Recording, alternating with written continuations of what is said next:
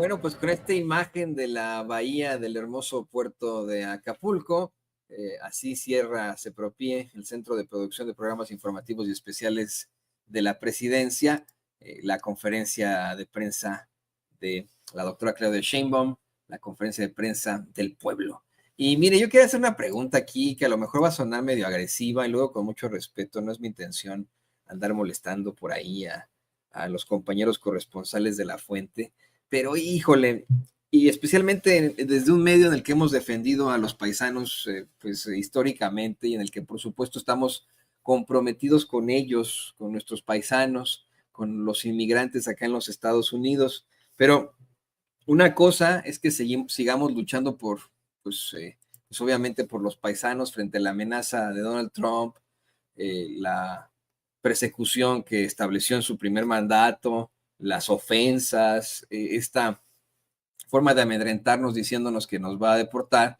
Y otra es, pues, ser un neurótico que se la pasa preguntando lo mismo y planteando lo mismo una y otra vez. La presidenta de México, la doctora Claudia Sheinbaum, ha explicado que tienen un plan muy avanzado para la defensa y protección de los paisanos acá en Estados Unidos, así como en caso de alguna deportación masiva, pues la recepción de estos paisanos y de hecho, bueno, la forma de reintegrarlos a la sociedad en México. Ayer incluso aquí en Sin Censura le hablábamos de esta fuente muy cercana al caso, fuente cercana a Sin Censura, que pues nos dice que efectivamente hay posibilidades de ofrecerle trabajo a todos los paisanos que puedan ser deportados por Donald Trump. Sin embargo, me parece muy llamativo, muy interesante, muy, repetitivo, si usted lo quiere ver, que esta sea una pregunta constante en la conferencia de prensa mañanera. Y no sé si se deba a mediocridad del corresponsal en cuestión o a que también pues esté intentando tergiversar y sacar raja política de un hecho que pues obviamente puede llegar a ser doloroso para muchos de nosotros y que es doloroso para nuestros paisanos acá en los Estados Unidos. Pero fíjese, una y otra vez le dicen, ya va a llegar Trump a la presidencia, tienen un plan, y se lo digo yo que pues, todos los días revisamos la mañanera. Desde hace ya muchos días, desde hace semanas, la doctora Claudia Sheinbaum da la misma respuesta. Da la misma respuesta. Pues yo digo, ¿no se saben otra? Otra vez, Sara Pablo, de la Cueva de los Malandros Radio Fórmula, cuestiona a la doctora Sheinbaum si, cómo van a enfrentar las deportaciones masivas, ¿no? Y pues la presidenta le tiene que responder exactamente lo mismo, que siempre van a defender a las y los mexicanos en Estados Unidos, que va a ser una de las prioridades de su gobierno, que van a demostrar la importancia que tiene para la economía los mexicanos acá en los Estados Unidos, y tiene que insistir con la misma respuesta. Esto es pleonásmico. Insistir con lo mismo es un pleonasmo, pero pues tengo que insistir yo usted con esto porque es ya de verdad cuestionable, ¿eh? Insistió en que tienen una estrategia que han estado preparando para recibir a los paisanos. Eh, por cierto, que efectivamente ayer hubo una reunión con subsecretarios de distintos países para fortalecer la estrategia migratoria que pues comprende a varias naciones. Pero ¿sabe qué? Creo que lo más importante de la mañanera, en definitiva, fue cómo trataron el tema de la reunión que tuvieron dos de las principales funcionarias del gabinete de la doctora Claudia Sheinbaum con La Piña y sus secuaces. Ya, mire, la verdad es que, pues ahí sí, ¿eh? De ninguna forma podemos respetar a un personaje que ha demostrado, híjole, su odio por México, su cercanía a las élites, pues no solamente mediocridad en cuanto a su trabajo, sino su suciedad en el desempeño de sus responsabilidades. Me refiero, por supuesto, que a Norma Piña. Entonces, bueno, pues que le decimos aquí La Piña, ¿no?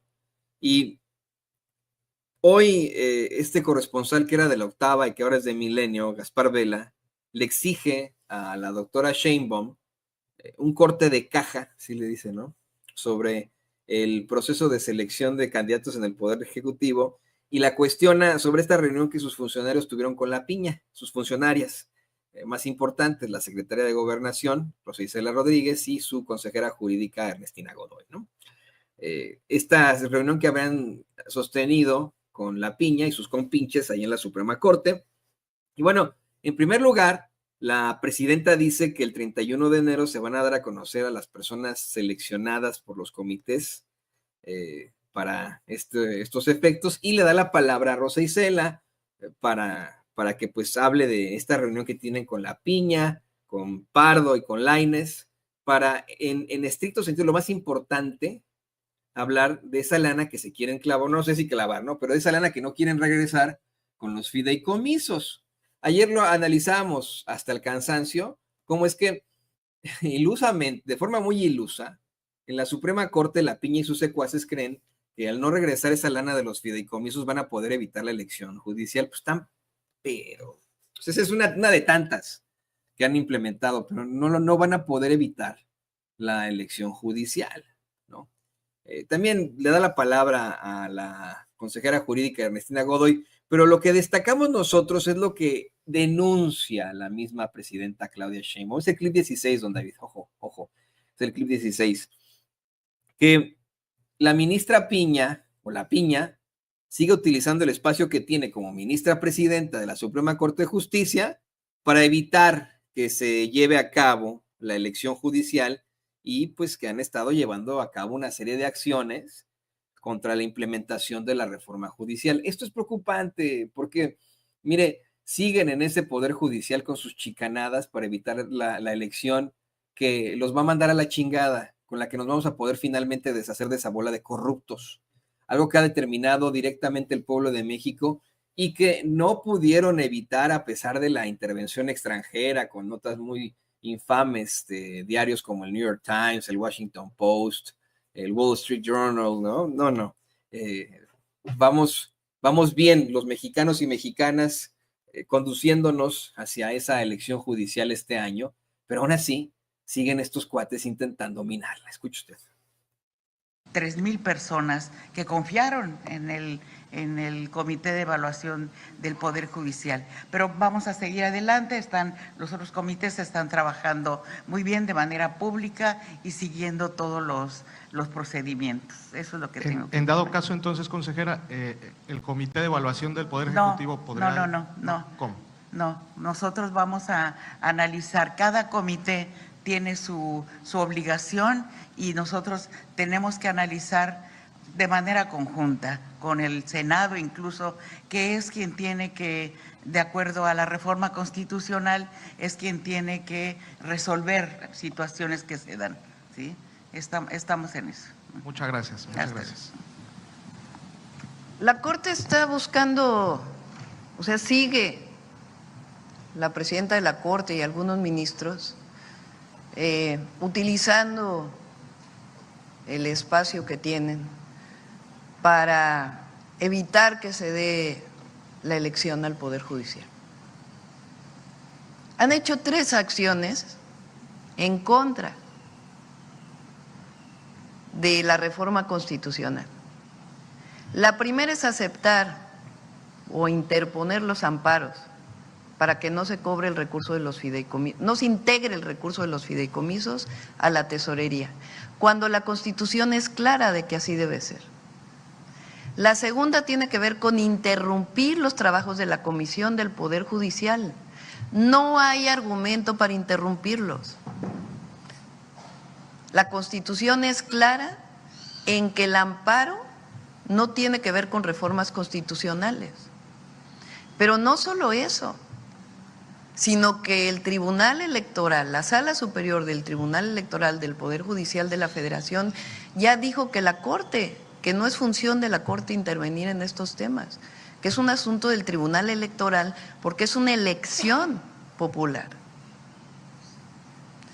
Y la tercera forma es que al disminuir el presupuesto del Poder Judicial, porque ya dice la Constitución que los salarios de los jueces deben ser menores y de los ministros que de la Presidenta de la República, Ahora ellos con esta disminución quieren disminuirles prestaciones a los trabajadores, cuando la Constitución es clara que deben permanecer intactos los derechos de los trabajadores.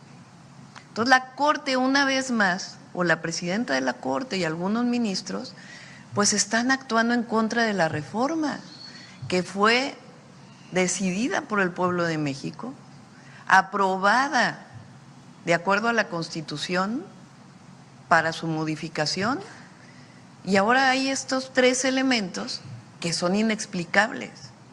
Entonces lo que hicieron la secretaria de Gobernación y la consejera jurídica fue irles a decir esto.